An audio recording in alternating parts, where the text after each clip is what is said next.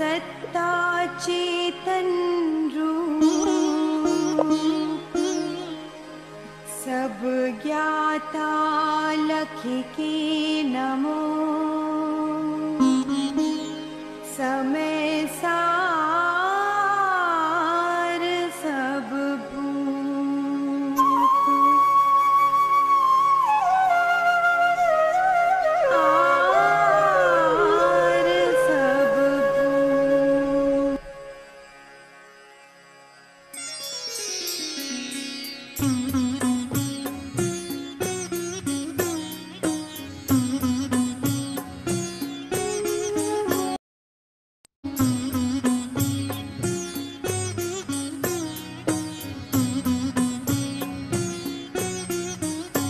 ध्रुव अचल अरु अनुपम गति पाए हुए सब सेठ को।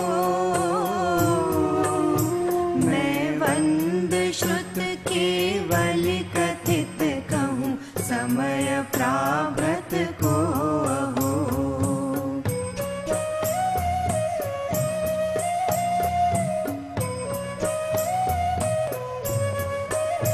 जीव चरित दर्शन ज्ञान स्थित स्वसमय निश्चय जानना। स्थित कर्म पुद्गल के प्रदेशों पर समय जीव जानना।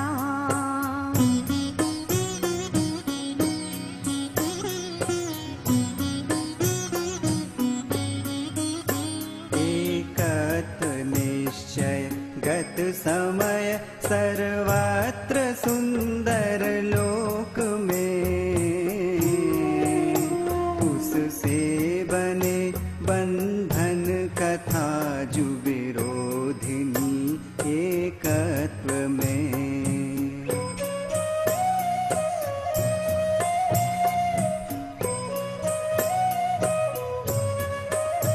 है सर्वश्रुत परिचित अनुभूत भोग बंधन की कथा। पर से जुदा एकत्व की उपलब्धि केवल सुलभ नाम।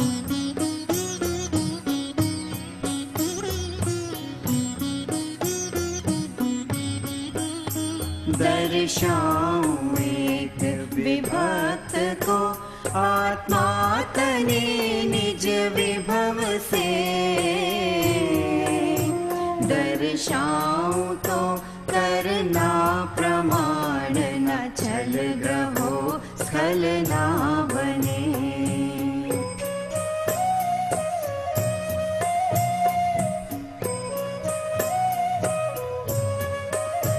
नहीं अप्रमत्त प्रमत्त नहीं जो एक ज्ञायक भाव है। इस रीति शुद्ध कहा अरु जो ज्ञात वो तो वो ही है।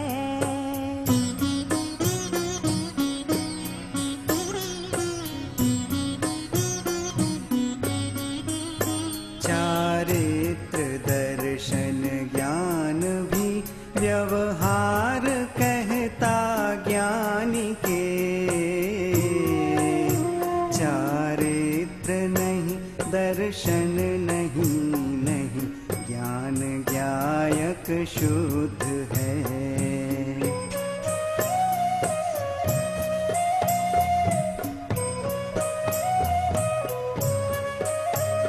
भाषा नार बिना न समझा नाजु शक्य अनाद को।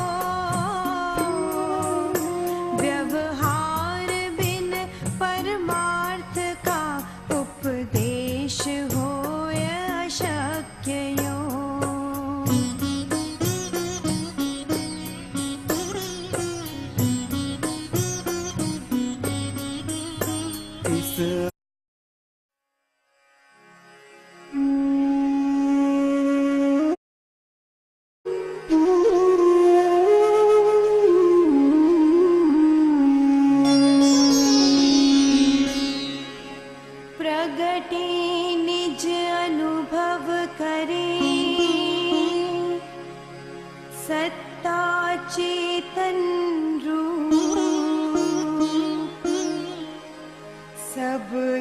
माता लखी की नमो समय सार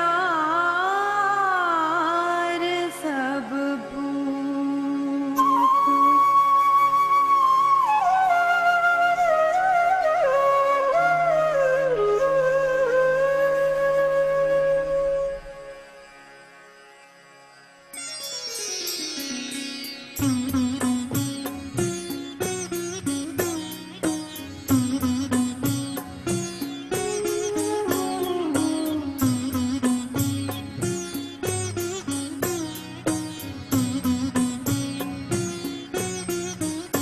ध्रुव अचल अरु अनुपम गति पाए हुए सब सिद्ध को मैं वंद श्रुत के श्रुत केवली उनको कहें।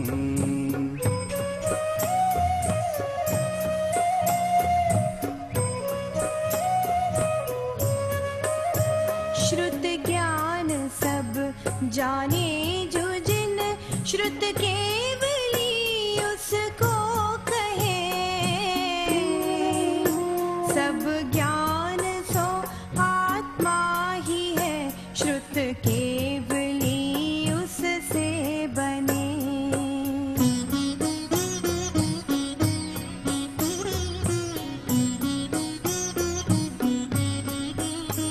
व्यवहार नय अभूतार्थ दर्शित शुद्ध नय भूतार्थ है भूतार्थ आश्रित आत्मा सुदृष्टि निश्चय होय है।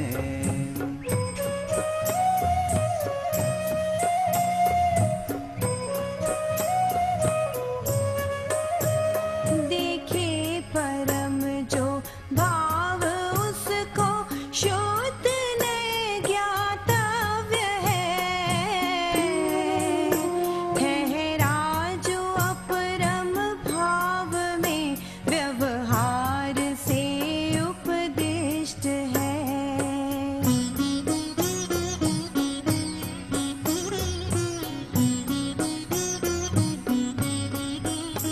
भूतार्थ से जाने अजीव जीव पुण्य पापरु निर्जरा आश्रव संवर बंध मुक्ति ये ही समुचित जानना।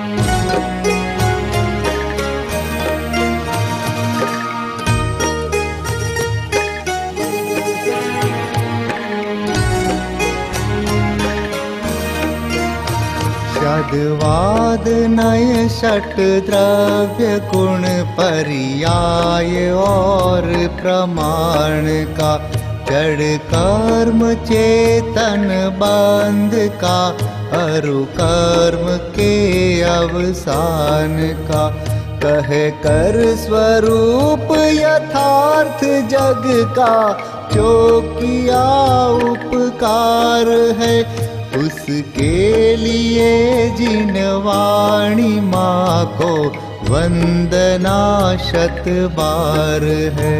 उसके लिए जिन वाणी माँ को वंदना शत बार है वंदना शत बार है वंदना शत बार है।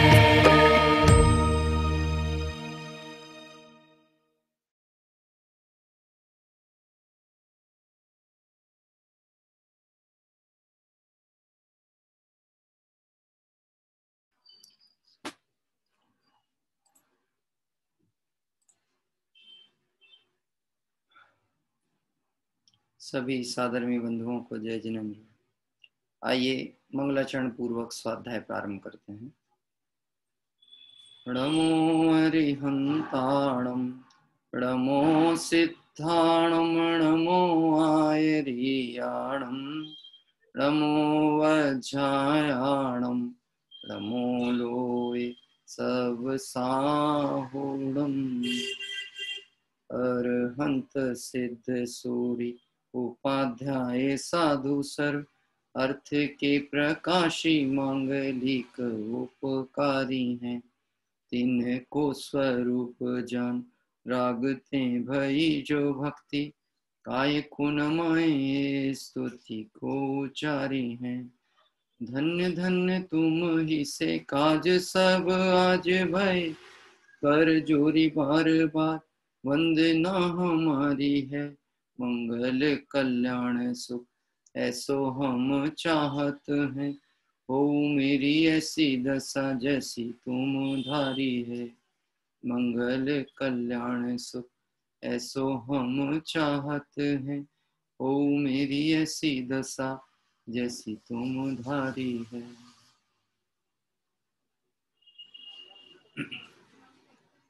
ज्ञान गोष्ठी पूज्य गुरुदेव श्री के साथ जो तत्व चर्चा होती थी उसके आधार पर संग्रहित प्रश्नोत्तर का एक बहुत ही अनुपम संग्रह है जो कि आदरणीय डॉक्टर साहब के द्वारा संपादित किया गया था। इस ज्ञान गोष्ठी के माध्यम से अभी हम जिस विषय पर चर्चा कर रहे हैं वह है देवशास्त्र गुरु का स्वरूप।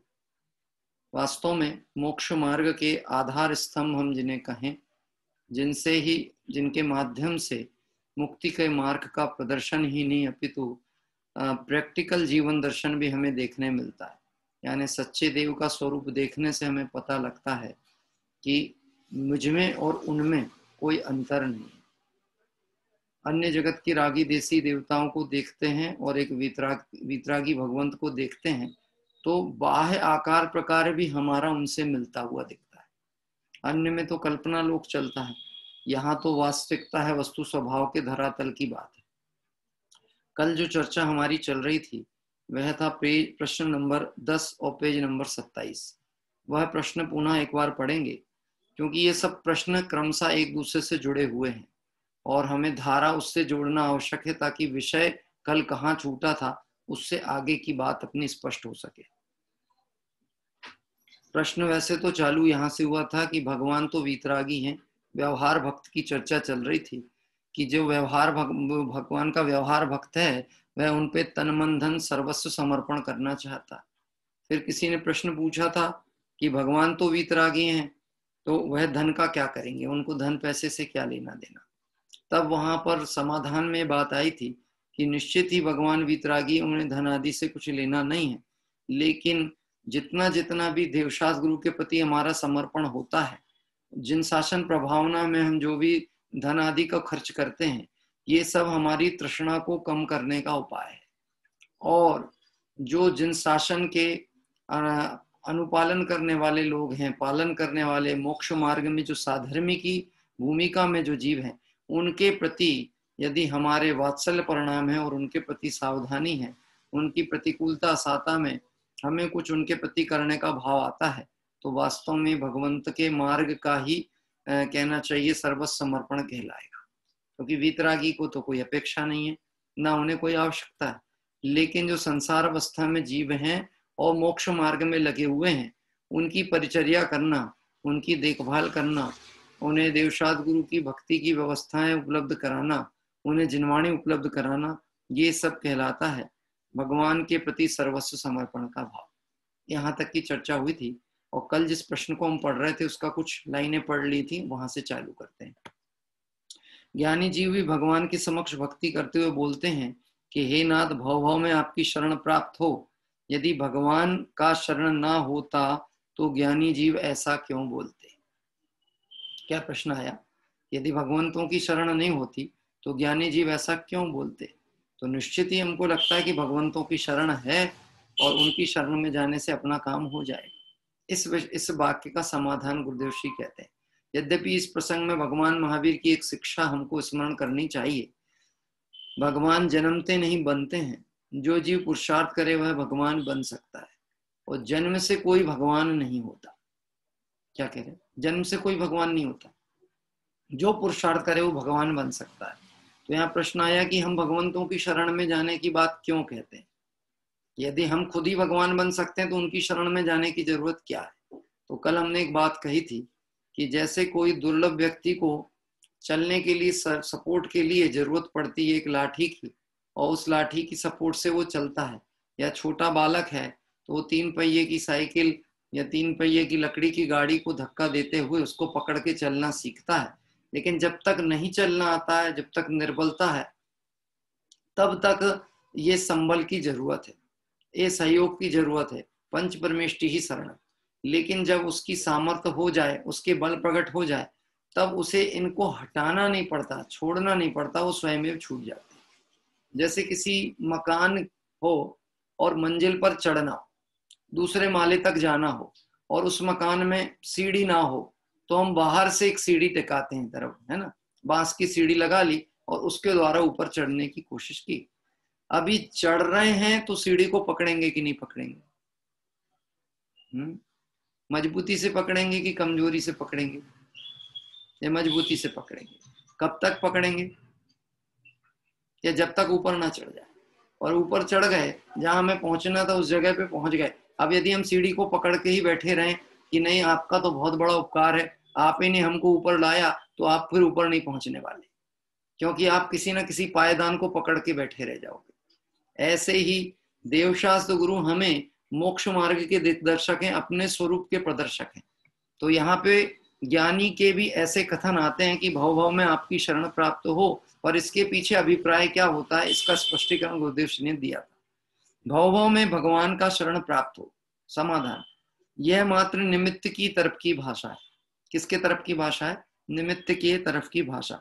ज्ञानी इस भाषा का कर्ता नहीं है। बोले गजब की बात है, वचन तो ज्ञानी के ही निकल रहे हैं और आप कहते करता नहीं है। वचन तो ज्ञानी के निकल रहे हो, आप कह रहे करता नहीं। देखो अपने में भी जीवन में ऐसे होते हैं, हम बोलते कुछ हैं और करते कुछ। हम किसी के यहाँ गए अचानक और ऐसे समय पहुंच गए जब उसके भोजन आदि का समय हो। अब वो व्यवहार में हमसे ये कहेगा कि नहीं साहब आइए, अरे बहुत अच्छे टाइम पे आइए, आइए भोजन तैयार है, आप तो बैठो भोजन करने। तो आप क्या बोलने वाले हो? ये नहीं मैंने तो बहुत लेट नाश्ता किया था और मेरे तो अभी बिल्कुल भूख नहीं है, अभी तो बहुत टाइम है और मेरे घर में पूरा बना रखा है, मुझे वहां पे पहुंचना है।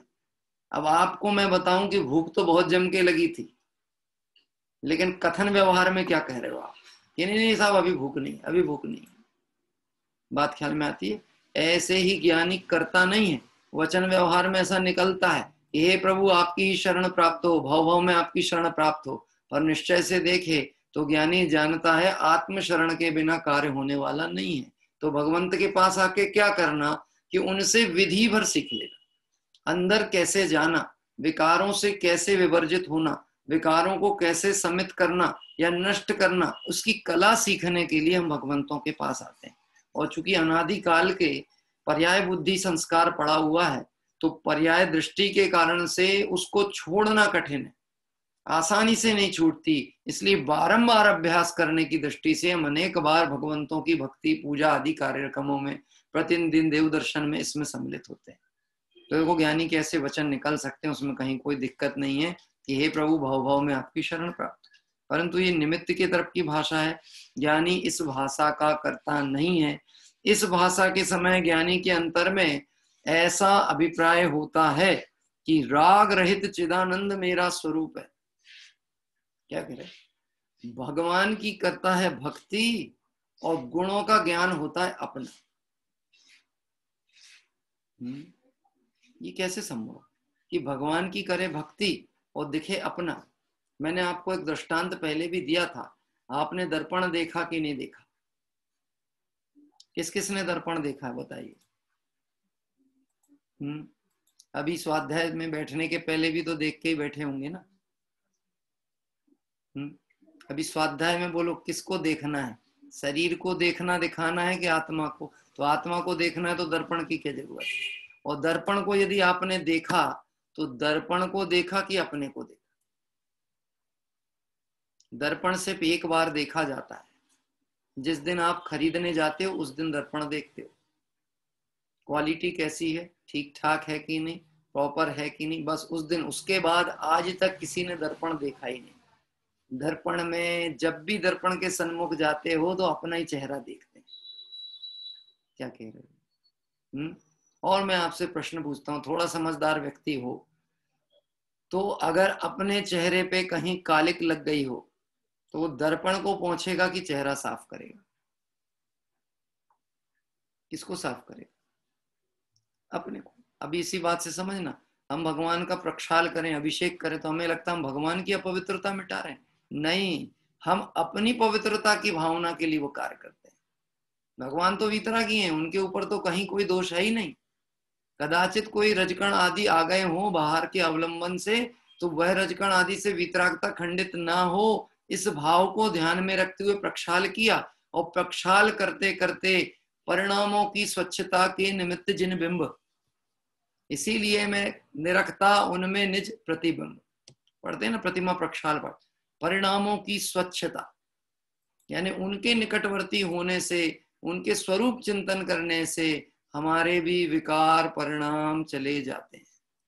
तो ज्ञानियों को भी भाव आता है, और ज्ञानी की भक्ति को सच्ची भक्ति कहा गया है। क्या कह रहे हैं? अज्ञानी की भक्ति में तो कहीं ना कहीं कोई ना कोई इच्छा और पक्ष जुड़ा रहता है। बोलो, भगवान से अपन कुछ मांगते हैं कि नहीं मांगते सच्ची में? कि ये तो सीखा हुआ उत्तर दिया जा रहा है कि सच्ची में नहीं मांगते? हाँ, बहुत विचार करने की बात है, कुछ भी नहीं है, मार्ग बहुत सरल है। ऐसे विचार करें तो रास्ता बिल्कुल साफ साफ दिखेगा, स्पष्ट दिखेगा। मांगते हैं कि नहीं मांगते? ये नहीं मांगते। अच्छा, असाता का उदय आए कभी और दर्शन करने जाओ तो उस समय परिणाम कैसे रहेंगे? शांति वाले रहेंगे कि परिणामों में थोड़ी आकुलता है तो भगवंत को देख करके एक बार तो ये मन में आता ही होगा, हे भगवान हम तो ऐसे कोई परिणाम नहीं करते, फिर ये पाप का उदय क्यों आया? और आपकी भक्ति से तो हमने तो सुना है कि क्या कहते, अंजन से किए निकामी दुख मेटो अंतर्यामी, हमने तो सुना है। सीता प्रति कमल रचायो, द्रौपदी को चीर बढ़ायो, अंजन से किए अकामी दुख मेटो अंतर्यामी। ये जब आपने इन लोगों का काम किया तो हमारा क्यों नहीं करोगे? हमको तो बहुत आशा है कि आप ही करोगे। हाँ, तो अभी विचार करके बताना, हमारे को भगवान से कुछ डिमांड है कि नहीं? कहने को कह देते हैं, डिमांड नहीं है, लेकिन जब तक मिथ्यात्व का उदय है, देवशास्त्र गुरु का सम्यक स्वरूप और आत्म निर्णय नहीं है, तब तक डिमांड की बहुत लंबी लिस्ट अंदर पड़ी हुई है। अच्छा, मैं आपसे पूछता हूँ, देवशास्त्र गुरु की भक्ति से पुण्य का बंध होता है कि नहीं होता? होता है, इसमें कहीं कोई शंका तो नहीं है। एक गुरु को देव आदि से तो नहीं होने वाला, पर सच्चे देवशास्त्र गुरु की भक्ति से पुण्य का बंध होता है कि नहीं होता? कि होता है। और बोलो, पुण्य अच्छा लगता है कि नहीं लगता? पुण्य का उदय कैसा है? क्या चाहते हो आप? शांति से बैठ के स्वाध्याय कर रहे हो, ये चाहते हो कि अभी पाप का उदय आ जाए, कि फोन आ जाए कि दुकान में आग लग गई? ऐसा चाहते हो? दुकान छोड़ के आके यहाँ बैठे थे ना स्वाध्याय में, और पता लगा दुकान में आग लग गई, ऐसा कुछ सुनने की हिम्मत है आपकी? सुनना चाहते हैं? हाँ, अरे अभी कहना आसान होता है, जब आती है तो सब उड़ जाता है, परंतु उनका नहीं उड़ता जिनका श्रद्धान दृढ़ है। क्या कह रहे हैं? मुझे ऐसा ध्यान आता है, एक प्रसंग है, शायद अपने विमल दादा का है, विमल दादा झांझरी जी। इनकी पहले दाल मिल थी, बहुत पहले इनकी दाल मिल थी, दाल की मिल, और कॉटन का भी काम था, रुई का। तो कॉटन का काम था, तो एक बार स्वाध्याय उन्होंने प्रारंभ भी किया था, और उसी समय खबर आई कि जो कॉटन गोडाउन है उसमें आग लग गई। तो अभी आदमी को तो बेचैनी हो ना, दौड़ भाग मच गई, सब जगह आग लग गई, आग लग गई। अब उनके पास आकर के कागज की स्लिप उनको दी उन्होंने। क्या स्लिप दी? आपकी दुकान में आग लग गई, क्या करना चाहिए बोलो आप?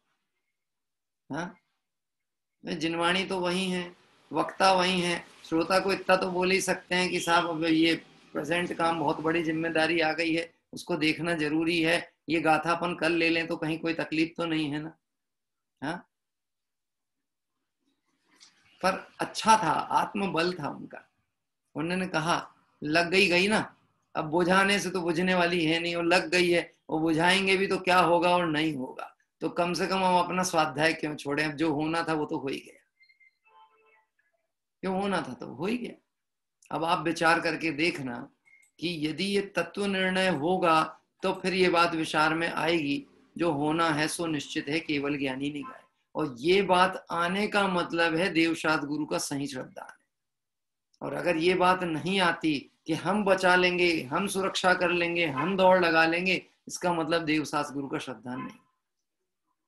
हाँ, अरे दिगंबर मुनिराज जिन्होंने महान उपकार करके हम और आपके लिए जिनवाणी लिखी, जिनवाणी की रचना जिनके निमित्त से हुई, वह उसके रचयिता होने का कर्तापना स्वीकार करने को तैयार नहीं कि मैं इसका करता हूं।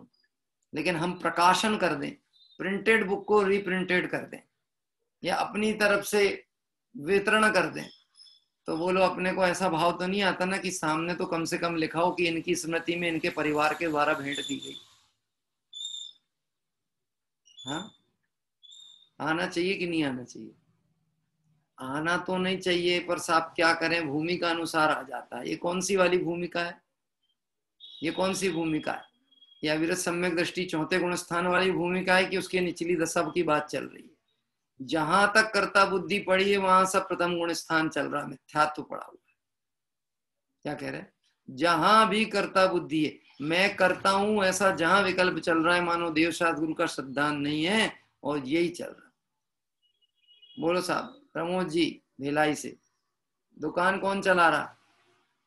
दुकान कौन चला रहा? चूंकि दुकान पे बैठे दिख रहे हैं ना, 2-3 साधर्मी दिख गए दुकान पे, महेंद्र जी भी बैठे हैं दुकान पे। कौन चलाता है दुकान आपकी? अरे सेल्समैन है साहब, सेल्समैन। अच्छा, हम नहीं चला रहे, हम तो स्वाध्याय में उपयोग लगा है। हम तो सिर्फ पैसा ले लेते हैं, द्रव्य दृष्टि वाले हैं। पैसा आता है तो द्रव्य लेके रख लेते हैं और द्रव्य दे देते हैं, बस इतना ही करते हैं। बाकी तो वो सब सेल्समैन चला रहे हैं। मैं आपसे पूछता हूँ, इस स्वाध्याय करते करते ही काल में अचानक आपको खबर मिली कि वो टेबल पे जो रखा सामान था कोई लेके भाग गया, क्या कह रहे हैं? अब बोलो उस समय उपयोग कैसा चलेगा? ये चलने वाला है कि जाने वाला था तो चला गया? कि मन में ऐसा विचार आएगा, अरे मेरे होते हुए तुम लोग क्या कर रहे थे, मेरा उपयोग तो यहाँ लगा था, तुम्हारा उपयोग कहाँ लगा था? गजब की बात है, तेरा उपयोग यहाँ लगा कहाँ था? यदि यहाँ उपयोग लगा होता तो वहां आग भी लग जाती तो तुझे पता नहीं लगना।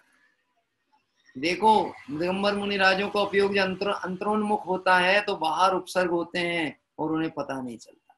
शालिनी भक्षण कर रही है, सुकौशल मुनिराज, सुकुमाल मुनिराज बाहर व्याघ्री शरीर को खींच रही है, लेकिन अंतर्मुख मुद्रा, अंतरोन्मुख अंतर ध्यान की अवस्था है, बाहर क्या होता है पता ही नहीं चलता। देखना, ये सब महिमा किस चीज की है? देवशास्त्र गुरु का स्वरूप चिंतन करने से उपयोग स्वसन्मुख होता है, इस बात को बता रहे हैं। देखना, ऐसी श्रद्धा ज्ञान होने पर भी अभी पर्याय में राग है। कैसी श्रद्धा ज्ञान होने पे? कि मैं कौन हूं, राग रहित चिदानंद मेरा स्वरूप है। भगवंत के भक्ति करते में भी ये ज्ञानी के अंदर विचार चलता है, मैं भक्त नहीं हूं, मैं राग रूप राग रहित चिदानंद स्वरूपी आत्मा हूं। ऐसी श्रद्धा ज्ञान होने पर अभी पर्याय में राग है, अतः जब तक ये राग समाप्त ना हो तब तक अशुभ राग तो हमें होवे ही नहीं। सत्ता में राग पड़ा है लेकिन ज्ञानी जानता है, ये भावना भाता है कि मुझे अशुभ राग तो हो ही नहीं।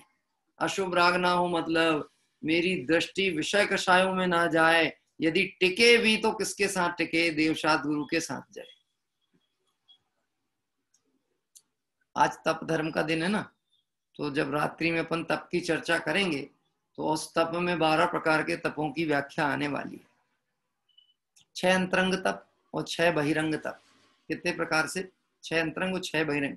अब ये जब चर्चा आएगी 12 प्रकार के तपों की, हमको उसमें विचार करना है कि हमारी तपस्या होती है कि नहीं, हम तप करते हैं कि नहीं, या फिर हम किसी क्रिया विशेष को तप मान करके बैठे हैं और परिणामों की खबर ही नहीं।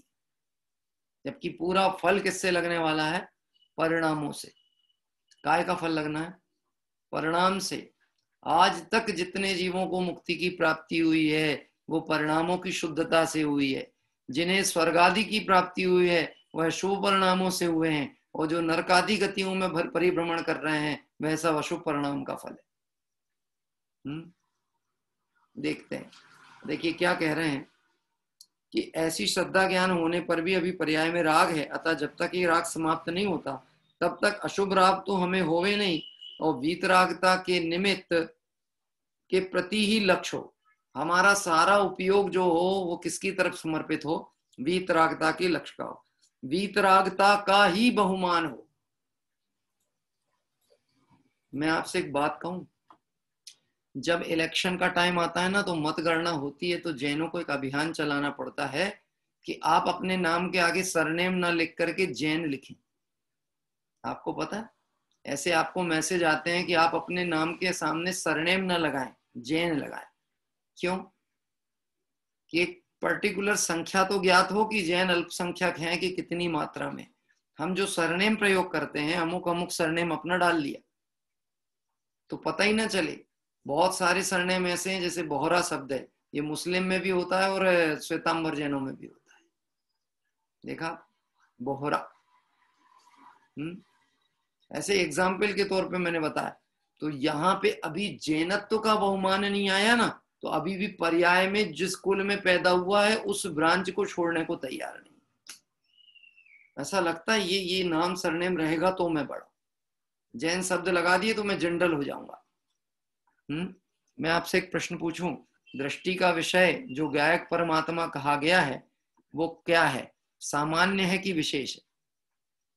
दृष्टि का विषय सामान्य है कि विशेष है?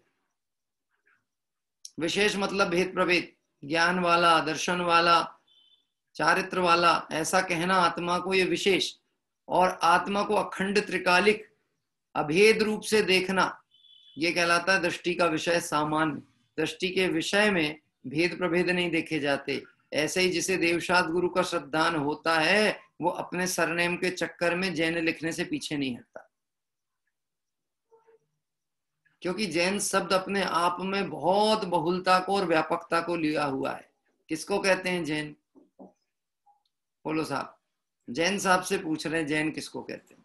बोले साहब गजब की बात है, कोई अन्य से पूछो। तो मैं कह रहा हूं अन्य व्यक्ति ने आपसे पूछा जैन मतलब क्या, तो बोलो आपके पास क्या उत्तर है? अगर आपने बोला जो रात्रि भोजन नहीं करता सो जैन है, तो पशु भी रात्रि भोजन नहीं करते, तो पशु भी जैन साहब हो गए। हाँ, ये जो रोज मंदिर जाता है सो जैन है, तो कितने त्रिंच गति के जीव हैं जो मंदिर ही में रहते हैं। ये छिपकली है, चूहा है, चींटी है, तो ये भी सब जैन हो गए। तो जैन की परिभाषा क्या लगाना? जैन किसको कहते हैं? अभी तो मैं पाठशाला की अपेक्षा से पहले जानना चाहता हूं, फिर जैन सिद्धांत प्रवेशिका में जैन की परिभाषा क्या आई उसकी चर्चा कर लेंगे। देखना जैन किसे कहा। बोलो साहब कौन उत्तर देना चाहेगा? अभी जैसे ही मैंने प्रश्न पूछा और नेटवर्क थोड़ा गड़बड़ हो गया, तो लैपटॉप में मैं आप लोगों को देख नहीं पा रहा हूं। कोई बात नहीं, अभी मैं बताता हूं, फिर उसमें आप विशेष और जो हो तो बताना। जिनका भक्त सो जैन, पहली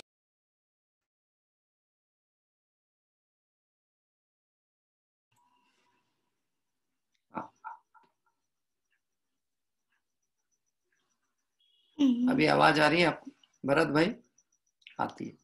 पहला, जिनका भक्त सो जैन। जिनका मतलब जितेंद्री भगवान, जिन्होंने इंद्रियों को जीत लिया उनको जिन कहा जाता है। जिनका भक्त सो जैन।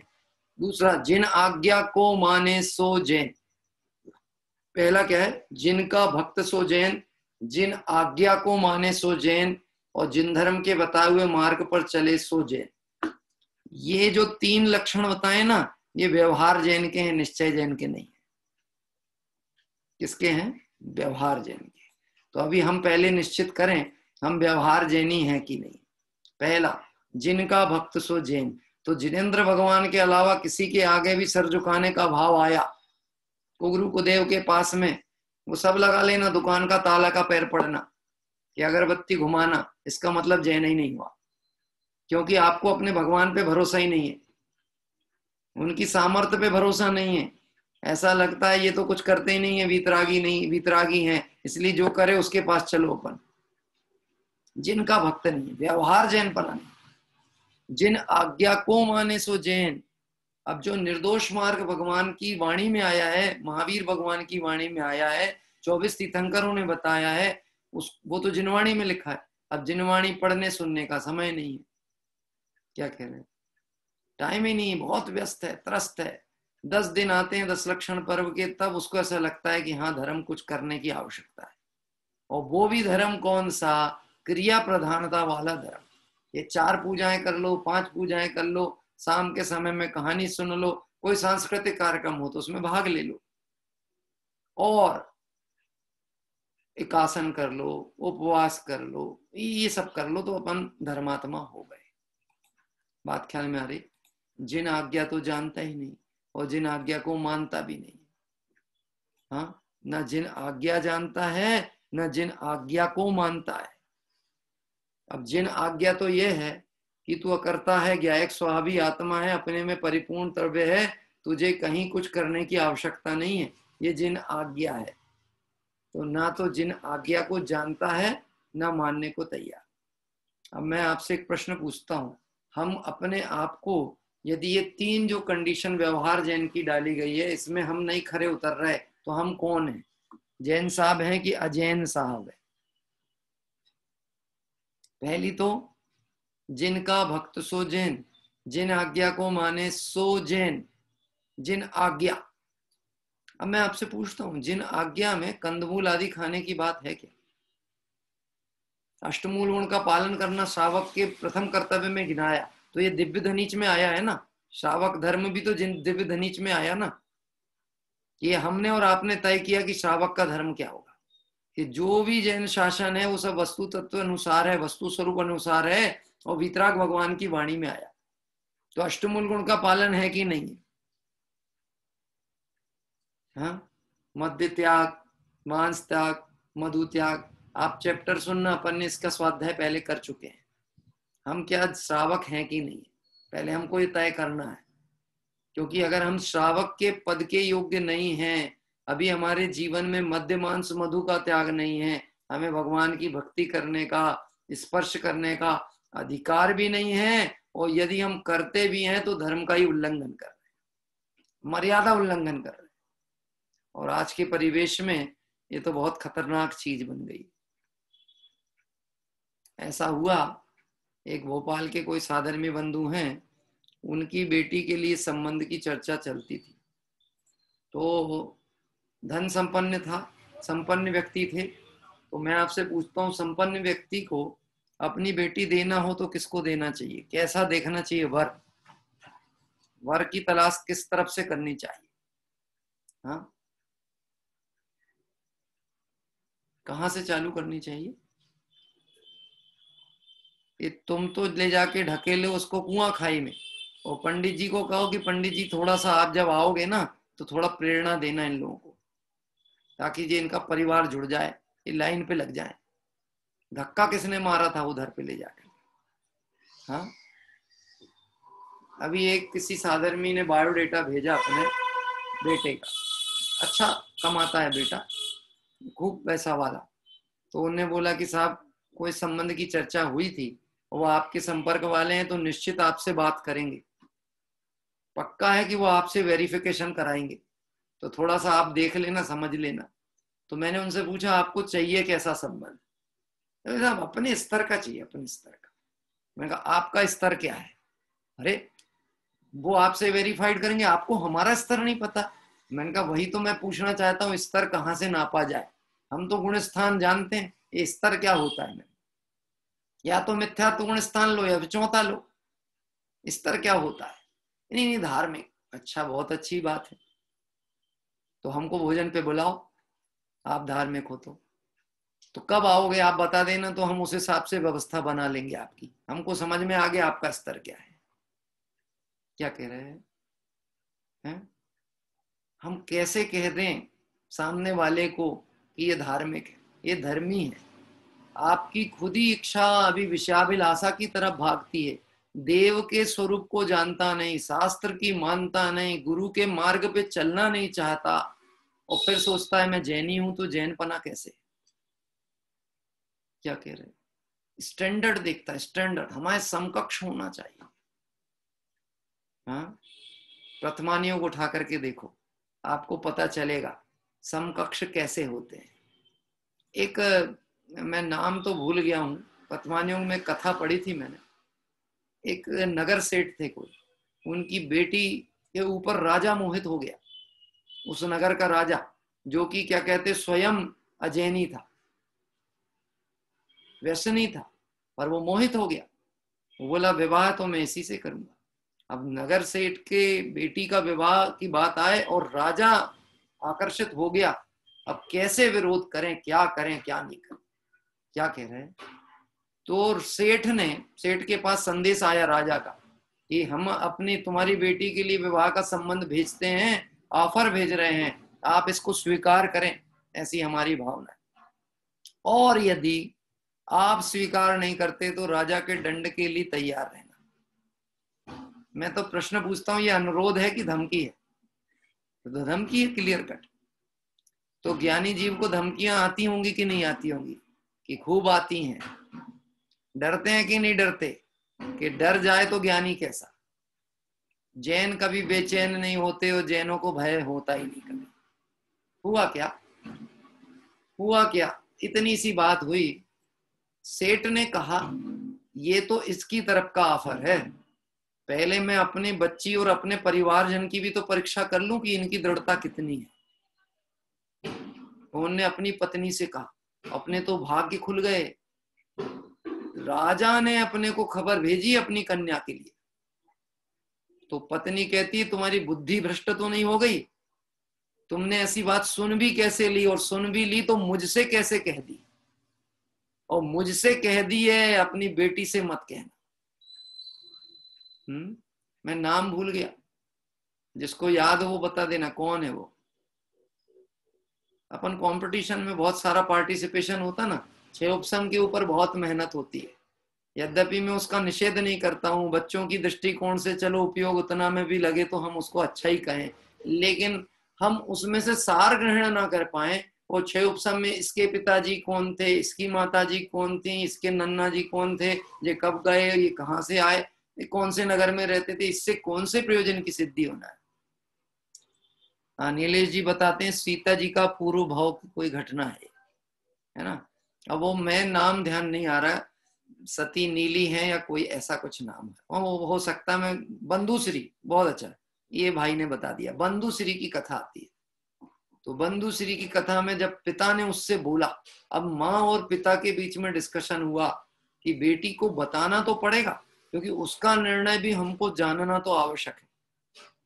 तो माँ पहले तो विरोध करी, फिर पिता के साथ योजना बना के बेटी से कहती है कि बेटी तेरे तो भाग्य खुल गए, नगर के राजा ने तुझे पसंद किया है, ये इतना तो तेरा सौभाग्य, अब तो तू रानी बन के रहेगी, पटरानी बन के। बेटी ने इतना सुंदर उत्तर दिया, माँ यदि मैं तुम्हें बोझ लगती हूं तो मुझे कुएं में पटक देना, लेकिन विधर्मी को देने का भाव नहीं रखना। इससे अच्छा तो है कि मैं किसी आर्यिका आदि के पास जाके दीक्षा ले। क्या कह रहे हैं? बस सेठ ने निर्णय कर लिया, प्राणांत भी हो जाए तो अपनी बच्ची को विधर्मी को नहीं दूंगा। हाँ, इसको कहते हैं देवशास्त्र गुरु का श्रद्धान। स्तर नहीं देखा, स्तर देखता तो इससे अच्छा क्या ऑफर मिलने वाला था। हाँ, अपनी बेटी को लेके उसी समय रातों रात नगर छोड़ करके अपनी पूरी संपत्ति वैभव छोड़ के निकल गया। उस समय कहते हैं 16 करोड़ मुद्राएं थी उसके पास में, इतना वैभव था, वो सब छोड़ करके चला गया। जब राजा को ये बात पता चली तो पहले तो बहुत नाराजगी आई इस बात को लेकर के, इसने मेरी आज्ञा उल्लंघन किया। हाँ, बेटी को लेके चला गया। बाद में जब कषाय उसकी खुद ठंडी पड़ी, खोजने को सब लोग दौड़ा दिए। क्या कह रहे हैं? दौड़ा दिए। बाद में जब खुद ही विचार करता है कि गजब है जैन धर्म के प्रति श्रद्धान, कि राजा के दंड का भय नहीं, इसका लोभ भी नहीं कि इतना धन वैभव मिल जाएगा और बेटी पटरानी बन के रहेगी और मेरा कद और ऊंचा हो जाएगा, ऐसा ना लोभ ना भय, निश्चित ही कोई ना कोई इनके पास अलौकिक चीज है जो मुझे प्राप्त करनी चाहिए। तो गुप्तचरों को बोला इनको ढूंढना तो और कंपलसरी हो गया, इसलिए नहीं कि अब मुझे इनके प्रति अधिकार दिखाना, पर ढूंढना इसलिए जरूरी हो गया है कि अब इस व्यक्ति से कुछ नई चीज मिलने वाली। बहुत दिनों के बाद खोजने पे वो मिले, तो राजा ने जब राजा के पास आए तो उस समय तक तो उनको ऐसा लगे ना कि अब तो पकड़े गए हैं तो अब तो होना ही है। बोल दिया, स्पष्ट बोल दिया, विधर्मी को अपनी बच्ची नहीं दे सकता। क्या कह रहे हैं राजा? बोले मेरा तरफ से ना कोई जबरदस्ती है ना कुछ है, मुझे तो वो धर्म बताओ जिस धर्म ने तुम्हें इतना बल दिया। बात ख्याल में आती है? अपनी दृढ़ता हो, देवशास्त्र गुरु का श्रद्धान हो, अरे इंद्रादि चक्रवर्ती पद की क्या बात है, मुक्ति सामने खड़ी है यदि देवशास्त्र गुरु का श्रद्धान है। इसमें जरा भी रंच मात्र भी समझौते के अवसर नहीं है। लोगों को ये बात समझने के लिए बहुत कठोर और बड़ा हृदय करने की जरूरत है। लोग इस बात को समझने में घबराते हैं, कतराते हैं। अब बुरा हो जाएगा, बुरा हो जाएगा, बुरा हो जाएगा। हम किसी जिस मान्यता को मानते चले आ रहे हैं उसे हम छोड़ कैसे दें? हमारा बुरा हो जाएगा। हाँ, कुगुरु को देव बुरा कर देंगे। अभी तुझे सच्चे देव की सामर्थ्य पता नहीं है ना, इसलिए ऐसा भाव आता है बार बार। देखना, गुरुदेव श्री कहते हैं ऐसी श्रद्धा ज्ञान होने पर भी अभी पर्याय में राग है, अतः जब तक ये राग समाप्त ना हो तब तक अशुभ राग तो हमें होवे नहीं, और वीतरागता के निमित्त के प्रति की लक्ष्य हो, वीतरागता का ही बहुमान हो। एक वीतरागी के अलावा किसी के प्रति भक्ति का परिणाम नहीं आता, इसको कहते हैं आत्मार्थी। बहुमान हो, वीतरागता के निमित्त प्रति लक्ष्य हो, वीतरागता का बहुमान हो। शुभ राग टूटकर अशुभ राग तो आवे ही नहीं। क्या कह रहे हैं? शुभ से अशुभ में जाने की तो चांस ही नहीं है। अब अशुभ से शुभ में आया है, अब तो भगवंतों की भक्ति की प्रताप से शुभ से शुद्ध की ओर बढ़ रहा। अशुभ में जाने की बात नहीं करते। अब शुभ राग लंबे समय तक तो टिक नहीं सकता। कल बात की थी ना, राग जब भी होता है दीर्घकालीन नहीं होता, चाहे वो शुभ हो या अशुभ राग। बोलो, स्वाध्याय का अच्छा शेड्यूल टाइम कितना है? 45 मिनट होना चाहिए कि 1 घंटा? अगर समूह शरण के हिसाब से बात की जाए तो फिर बहुत बैठना पड़ेगा आपको। तो साहब वो तो चौथे काल के जीवों का सहनन क्षमता सब कुछ दमदार थी, है कि उनका बल भी बहुत था, ज्ञान भी अच्छा था, कषाय भी मंद थी, तो वो उस समय चल जाती थी। 2-2 सवा 2 घंटे दिव्य धनी चले तो शांति से बैठे रहे। वो लोग शेड्यूल क्या चाहते अपन? शुभ राग है ना, शुभ राग भी टिकता नहीं है। हाँ, उसमें भी निश्चित समय सीमा के बाद में 10 मिनट आगे होने लगे तो बार बार ध्यान कहाँ जाए? घड़ी घड़ी पल पल छिन छिन, क्या? घड़ी घड़ी पल पल छिन छिन, हर क्षण क्या देखेगा? कब हो जाए, कब हो जाए। हो तो गया, बहुत तो चर्चा हो गई, कितनी बात करेंगे, कब तक करेंगे? हाँ, अब हम मर्यादा में बैठे हुए हैं तो इनको ध्यान ही नहीं आता। मैं आपसे विचार करता हूं, अगर ऐसी दृष्टिकोण से स्वाध्याय सुनता है तो जिनदत्त सेठ में और अपने से अपनी सोच में क्या अंतर है? और अगर उस भाव से जिनदत्त सेठ क्रिया की प्रधानता या राग की प्रधानता के कारण से तिर्यंच आदि गति में चला गया, तो हम और आपको भी ऐसे गति बंद हो जाए तो आश्चर्य की क्या बात? यानी सच्चे देव को पाकर के भी भव चक्र का फेरा ना एक कभी टला ही नहीं। क्यों नहीं टला? उसका बात कहते हैं कि शुभ राग तो लंबे समय तक टिक नहीं सकता, अल्पकाल में वही पलटकर या तो वीतराग भाव रूप हो जाएगा या अशुभ भाव रूप होएगा। संसार अवस्था में वीतराग भाव होने के अवसर तो गृहस्थ की भूमिका में कम ही दिखते हैं। कैसे होंगे बोलो? अभी भूमिका में कषाय ऐसी पड़ी हुई है अंदर अभिप्राय में कि उसका परिणाम अशुभ में जल्दी भागे और शुभ में आने में तकलीफ होती। 3 घंटे की पिक्चर में यदि रस लग जाए तो समय कैसे जाता है पता लगता है? हाँ, 3 घंटे की पिक्चर, जिसको क्रिकेट देखने का व्यसन हो उसके लिए दिन रात का कोई भेद होता है? अगर रात में चालू हो रहा है 2:30 बजे रात को, तो क्या सोचेगा, चलो अभी 4 घंटे पहले नींद ले लो, फिर रात में जगना पड़ेगा। अरे उसको नींद ही नहीं आती। और फिर उसके बाद 2:30 बजे के बाद से जब देखना चालू करे वो और सुबह तक देखे तो फिर नींद आती है क्या देखते समय?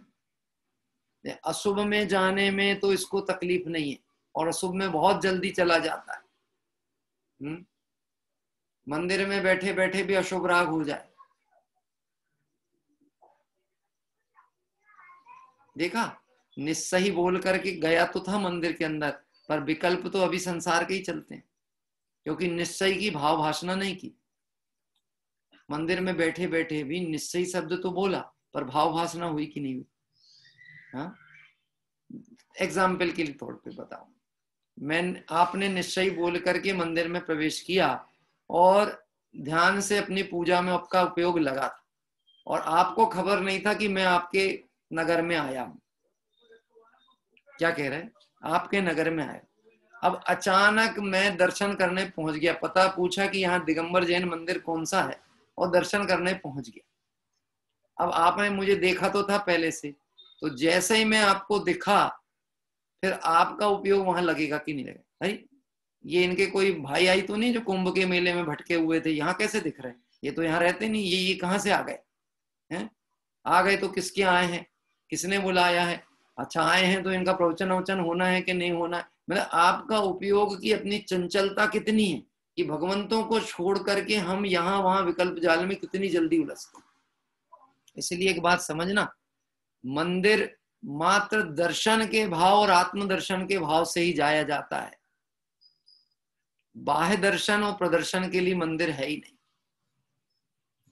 हाँ, इसलिए शुरू में भी बात की थी, संयम की धर्म की चर्चा में भी बात कहने का भाव आया था, लेकिन कल याद नहीं आई थी कि मंदिर जाना तो बहुत शालीनता से जाना, बड़े मर्यादा के साथ जाना। ऐसे वस्त्र आभूषण पहन के नहीं जाना, ऐसे अभद्र वस्त्र पहन के नहीं जाना, ऐसे शील विरुद्ध वस्त्र पहन के नहीं जाना कि जिसको देखकर किसी के परिणाम विकृत हो जाए। और आज का पैटर्न बड़ा खतरनाक हो गया। चुन्नी तो उड़ गई, वो पहले सुनते थे हवा में उड़ जाती चुन्नी, हवा में, वो ऐसी उड़ी कि फिर आई च नहीं कभी। वो बोल दो तो बुरा लग जाता है। हाँ, एक बार हमने अपने मंदिर में एक इतना बड़ा एक पत्रक बनाया कंप्यूटर से कि जो बहनें घर से जल्दी जल्दी में चुन्नी ना लेके आ पाई हूं उनके लिए यहाँ पर चुन्नी की व्यवस्था की गई और ले जाके 500-700 रुपए की 5-7 अलग अलग कलर की चुन्नी भी रख दी वहीं पे सीढ़ी पे, और वो रख दिया। क्या कह रहे हैं? तो ये व्यवस्था तो बहनों के लिए की थी, बच्चियों के लिए की थी। किसी को बहुत तकलीफ हो गई। आप लोगों का मंदिर में आना बंद करा देना चाहते हो? क्या कह रहे हैं? जिसको जैसे आना है उसको वैसे आने दो। हाँ? ये क्या चौराहे पे पड़ा हुआ कोई पाषाण का पत्थर है कि जिसको जहां आना है वहां नारियल फोड़ेगा, जिसको जैसा करना है वो करेगा? ये 3 लोक के नाथ का समोशरण है जिन मंदिर है। यहाँ पे संविधान चलेगा तो महावीर भगवान का चलेगा, अनुशासन चलेगा तो उनका चलेगा, जिसको पटती है जचती है उसके लिए स्वागत है, सबके लिए खुला है मार्ग। अरे तिर्यंच गति के जीव समोशरण में आते हैं, लेकिन अपना विकार छोड़ के आते हैं, अपनी कषाय छोड़ के आते हैं, और हम मंदिर के अंदर आए और अपना विकार लेकर के आए, कषाय लेकर के आए। हाँ, वो व्यक्ति ने गुस्से में आके वो जो बर्तन रखा था जिसमें कपड़े फेंका उठा के, कोई कुछ नहीं होना यहाँ पर, ऐसा हटाओ ये सब सारी चीज। हाँ, अब आप विचार करके देखना, कौन बताए मार्ग किसको? देखो किसी ने बताया, वंदना बहन बोल रही है गुरुद्वारे में जाओ तो सिर ढांकना पड़ता है, आप कभी अमृतसर के, मैंने सुना है कि अमृतसर के मंदिर, जो स्वर्ण मंदिर में लोग जाते हैं ना, तो वहां पर उनको उधर के पानी से पैर धोना पड़ते हैं, और आपका सिर के ऊपर रुमाल रखो, और जो भी उनकी व्यवस्थाएं और भी हैं, ऐसे अन्य अन्य मतों में भी बड़े उनके सख्त नियमावली होती है।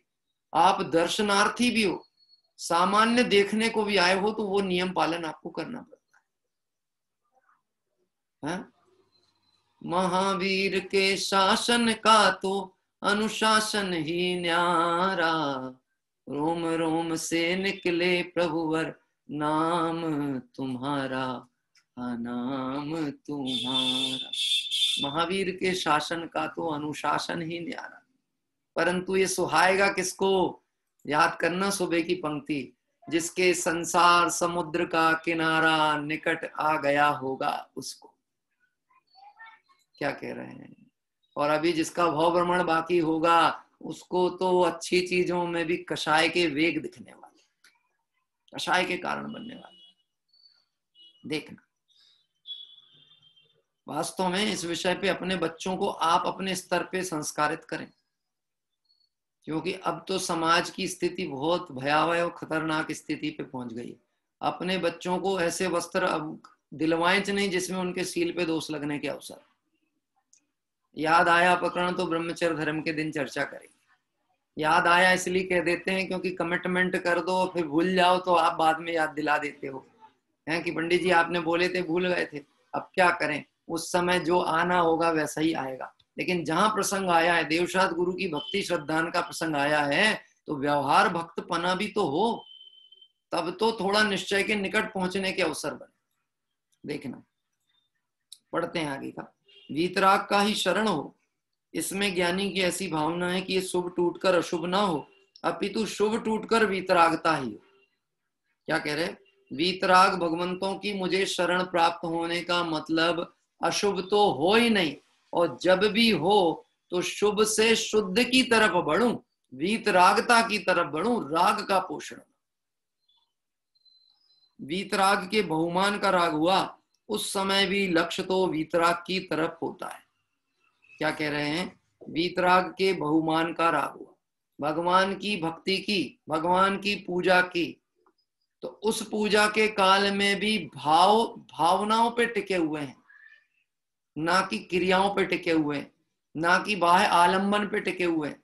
मैं आपसे प्रश्न पूछता हूं, 8 द्रव्य से पूजा की तो जल क्यों चढ़ाया?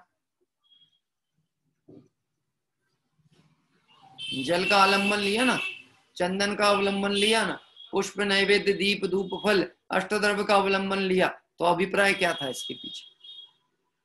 कि उपयोग बहुत चंचल होता है। यदि हम अभी जैसे ये बात कहें ना कि हम बैठ करके भाव पूजा करते हैं, तो कई बार उपयोग यहाँ वहां भागता है। तो भावों को समेट करके लगाने के लिए वो द्रव्य का अवलंबन लिया, लेकिन द्रव्य में ही बुद्धि लग गई और भाव गायब हो गए। तो यहाँ पे धर्म के नाम की तो कोई क्रिया ही नहीं है, सब जड़ की क्रिया चल रही है। बताऊं कैसे जड़ की क्रिया है? अष्टद्रव्य की से पूजा की तो जड़ की क्रिया कैसे? मैं आपसे पूछता हूं, ये जो द्रव्य है ये क्या है? जीव है कि पुद्गल? के पुद्गल? पुद्गल पदार्थ हुए ना। फिर इसके बाद में जो भगवान की भक्ति वचन रूप में बोली, ये हो गई भाषा वर्गणा। क्या हो गई? भाषा वर्गणा। द्रव्य ली एक थाली से दूसरी थाली में रखी, तो ये शरीर आदि के द्वारा वो क्रिया संपन्न हुई, तो ये आहार वर्गणा। शरीर ने आहार वर्गणा, आहार वर्गणा से एक पुद्गल द्रव्य की ये व्यवस्था को यहां से वहां किया, आहार वर्गणा। मुंह से शब्द से पूजा पड़ी, ये हो गई भाषा वर्गणा। इसमें आत्मा का क्या काम है बताओ? भाव कहाँ गए? भावनाएं कहाँ गई? यदि क्रिया रूढ़ हो गया तो भाव शून्य हो जाता है। ये कमी आपने बहुत अनुभव की होगी। हाँ भैया, थोड़े से अपने घट के पट खोलना हो तो आपके कैमरे भी ऑन करो। तो कैमरे बंद है बहुत सारे लोग। मैंने आपको बताया ना, उपयोग की चंचलता बहुत विचित्र होती है। आपका कैमरा बंद होगा, निश्चित ही आपके कुछ ना कुछ काम होगा। जैसे स्कूल के टीचर होते थे ना, पढ़ाती भी थी और नीचे स्वेटर भी बुनती थी। हम लोग हिंदी पढ़ते थे गवर्नमेंट स्कूलों में, तो वहां टीचर के दो काम होते थे, चलो पुस्तक निकालो पढ़ने बैठो, अपन पढ़ रहे हैं, एक बार नजर ऊपर करी और फिर इधर पे सिलाई भी चलती रहती। मैं आपसे पूछता हूँ, टीचर का अभिप्राय पढ़ाने का है? हाँ नहीं ना। हाँ तो थोड़ा सा इतना देखो, अभी खुले मंच पे अपन बैठे होते, स्वाध्याय कर रहे होते, तो हमारी सावधानी कितनी होती। गजब की बात है, आप मुझे देख रहे हो स्वाध्याय में कि अपने को देखने के लिए स्वाध्याय कर रहे हो? बोले साहब हमारा कैमरा बंद है, आपका थोड़ी ना है, हम आपको तो देख ही रहे हैं ना, मुझे नहीं देखना, भगवंत को भी नहीं देखना। देखो क्या बात कह रहे, बहुमान के राग के काल में भी, वीतरागी के बहुमान का राग हुआ उस समय भी लक्ष्य तो वीतराग की तरफ होता है। किसकी तरफ होता है? वीतराग की तरफ होता है। परंतु वीतराग भगवान कहीं मुक्ति के दाता नहीं है, क्योंकि यदि ये मुक्ति के दाता होते तो मार्ग पराधीन हो जाता, फिर निश्चित ही ये बात होती कि इनको भी किसी ने पार लगाया। हाँ बोलो, भगवान मुक्ति को प्राप्त हुए किसकी कृपा से हुए? किसने पार किया? तुम ही स्वामी पार लगा दो, तारो तो तिर जाए। तुम तार दो तो तिर जाए, नहीं तो हम तो गारंटी से डूबने वाले हैं। हाँ? ऐसे ऐसे लोग होते हैं दुनिया में, आपको सुन के आश्चर्य होगा। हमारे एक रिलेटिव थे, रिश्तेदार, मैंने बताया ना मैं अपनी बातें करता हूँ और अपने उदाहरण बताने में ज्यादा मुझे ठीक लगता है, उसमें दूसरे को बुरे लगने के अवसर कम होते हैं। एक हमारे रिलेटिव, उनको बोले मंदिर जाया करो, वो बहुत मंदिर के नजदीक रहते थे सब, वो मंदिर जाया करो, कभी टाइम निकालो, पूजा भक्ति में आओ, ऐसा करो ये करो। उम्र बढ़ती जा रही थी, एक बात बहुत कॉन्फिडेंस से बोलते थे, तुम कितना ही कुछ कह लेना, तुम कितना ही समझा देना, मैं गारंटी से नरक जाने वाला हूं। क्या कहते थे? गारंटी से नरक जाने वाला हूं, गारंटी से। कुछ कह लेना, तुम समझा देना, गारंटी से नरक जाने। इतना कॉन्फिडेंस, इतना कॉन्फिडेंस मोक्ष का होता तो कब की मुक्ति हो गई होती, जितना कॉन्फिडेंस नरक का है उसको। क्या कह रहे हैं? अब कोई कहे अंत समय में इनको संबोधो, समझाओ, क्या समझाएं? पूरा जीवन तो खोटे विकल्पों में चला गया, देव शास्त्र गुरु के प्रति बहुमान नहीं आया, भक्ति का परिणाम नहीं आया।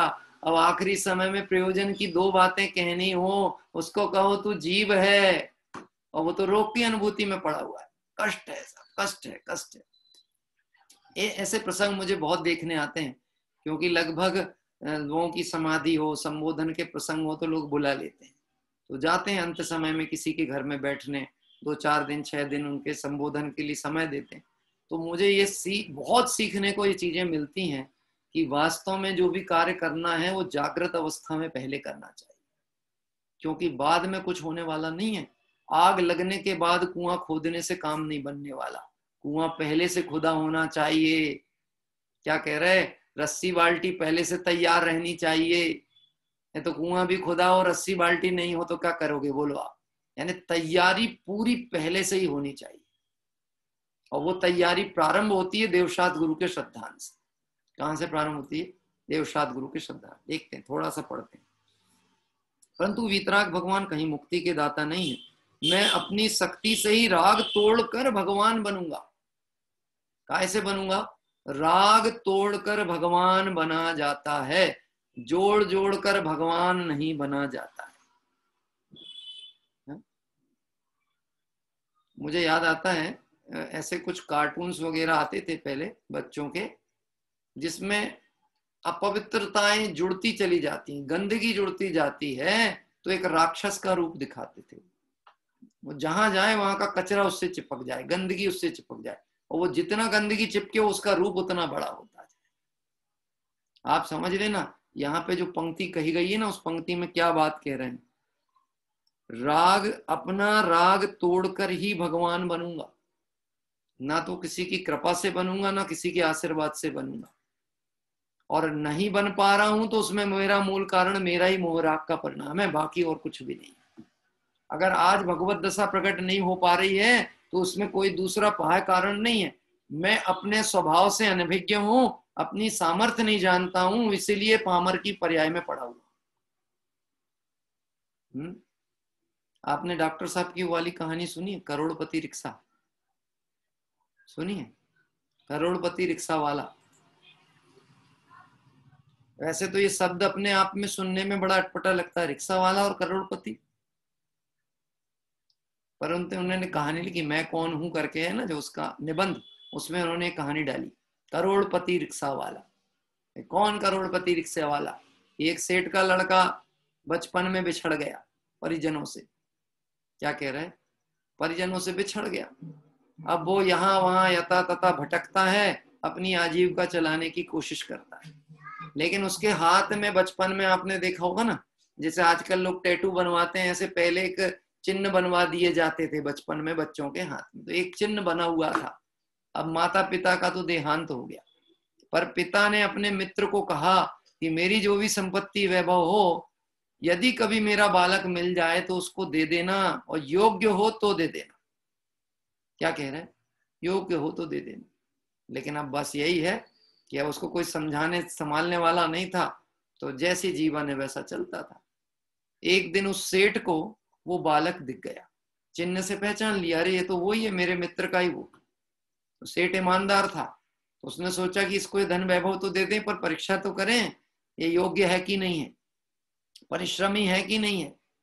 तो उसने तुरंत तो नहीं बताया, पर उससे थोड़ा बहुत संपर्क परिचय चालू किया, बातचीत किया, उसको काम देने लगा, जो दुकान का सामान यहाँ रख के आओ, ऐसा करके आओ, वो करके आओ, इसकी परीक्षा तो करें पात्र है कि नहीं है। हाँ, पारिश्रमिक देता। बाद में बहुत समय के बाद में जब ये लगा कि नहीं ये योग्य और पात्र है, तब एक दिन कहता है तुम्हें पता है तुम कौन हो? कौन हो तुम? हाँ, तो बोले तेरे पिता इस नगर के सेठ थे और इतना वैभव था कि तू रिक्शा छोड़, रिक्शे का कारखाना डाल सकता है। क्या कह रहे, इतनी तेरी हैसियत है? तो बोले अंकल जी आपने अभी तक क्यों नहीं बताया? कि बोले अभी जब तक तेरी पात्रता योग्यता नहीं दिख रही थी तो कैसे बता देता, और अब लगा तू योग्य बन गया है तो तुझे बताना जरूरी है, क्योंकि ये बोझ मैं अपने सर पे नहीं रख सकता हूँ, ये तेरा धन वैभव है, तू संभाल। अब मैं आपसे कहता हूं, जैसे उसको ये बात सुनने मिली कि मैं रिक्शा वाला नहीं हूं, करोड़पति हूं, अभी रिक्शे पे बैठा था, रिक्शा हाथ में है, क्या कह रहे हैं, और किसी ने दूर से आवाज दी, ए रिक्शे वाले चलते हो क्या बस स्टैंड? तो बोलो क्या उत्तर आएगा उसके अंदर से? हाँ, कि चलो चलो ठीक है, अब आखिरी सवारी है, आज की निपटाई लेते हैं, जो आएगा 10 20 25 तो काम ही तो आने वाले हैं। आएगा कि नहीं, उसको ये भाव अब आने वाला है कि नहीं? क्यों नहीं आएगा? क्यों नहीं आएगा? क्योंकि जिसको एक बार अपना बहुमान आ जाता है, फिर उसको जगत के पद पद नहीं दिखते, अपद दिखते हैं, और वो जगत के अपद दिखने पर वो स्वपद की दृष्टि वाला हो जाता है, और उस स्वपद का आलम्बन लेके शिवपद का धारी हो जाता है। एक बार बहुमान आने की बात, पता तो लगना चाहिए कि हम कौन हैं। तो रिक्शा वाला था, हम और आप कौन हैं?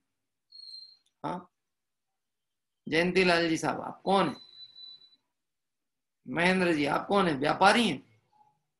हाँ, कौन से व्यापारी हो आप? करोड़पति व्यापारी हो कि मध्यम वर्गीय व्यापारी हो? कौन हो आप? बताओ। करोड़पति हो, मध्यम वर्गीय हो, या अनंतपति हो? हाँ, कि अपने पत्नी के पति हो? कौन हो? विचार तो करके देखो कौन है हम। ये बात गुरुदेव श्री बारंबार इधर पे प्रेरणा दे रहे। देवसात गुरु का श्रद्धान का मतलब होता है आत्म श्रद्धान की कला पता लग जाती है। देखो, हाँ? हाँ। देखिए, ये अंतिम पंक्ति बोल करके विराम लेता हूं। यदि आत्मा में ही भगवान बनने की शक्ति ना हो तो भगवान कुछ देने में समर्थ नहीं है, और यदि आत्मा में ही भगवान बनने की शक्ति है तो फिर भगवान की अपेक्षा ही क्या है। यद्यपि ज्ञानी ये जानते हैं कि आत्मा में सामर्थ्य है और काम अपने से ही होना है, तो भी भगवंतों के प्रति भक्ति का भाव उनको आए बिना रहता नहीं, और वह उस भक्ति में अटकते भी नहीं, अपने लक्ष्य की ओर आगे बढ़ते चले जाते। कल इस विषय की चर्चा को आगे लेकर के चलेंगे। आज का समय तो हो चुका है। आइए हम सभी जिनवाणी स्तुति के पाठ पूर्वक अभी क्या स्वाध्याय को विराम देते हैं। निज निधि निज में बताई यह अनंत उपकार है, इसके लिए जिन वाणी माँ को वंदना सतबार है। विधि पूर्वक णमोकार मंत्र का पाठ प्रारंभ करते हैं। नमो हरिहंताणम नमो सिद्धाणम नमो आयरियाणम नमो वज्रायाणम नमो लोय सब साहूणम नमो हरिहंताणम नमो सिद्धाणम नमो आयरियाणम नमो वज्रायाणम नमो लोय सब साहूणम नमो हरिहंताणम नमो सिद्धाणम नमो आयरियाणम नमो वज्रायाणम नमो लोय सब साहूणम। जय बोले द्वादशांग में जिनवाणी माता की जय हो। देवशास्त्र गुरु भगवान की जय हो। पीतरागी जैन शासन की जय हो। उत्तम तप धर्म की जय हो। 10 लक्षण महापर्व की जय हो। रात्रि में हम सभी 8 बजे से अपना उत्तम तप धर्म की चर्चा से जुड़ेंगे, और जिन लोगों को भक्ति लेना है उनका नाम मैं व्हाट्सएप पे प्रेषित कर दूंगा, आप वहां से देख लें। और भी जिनके आगे भाव होंगे वो नाम प्रेषित अवश्य कर दीजिएगा। समय अनुसार हम उन्हें सूचित कर लेंगे और उनको आमंत्रित करेंगे। हम सभी देवशास्त्र गुरु के सम्यक श्रद्धान पूर्वक आत्म तत्व का निर्णय करके अल्पकाल में उन्हें जैसे परम सिद्ध दशा को प्राप्त करें, इस भावना से विराम लेते हैं। सभी साधर्मियों को जय।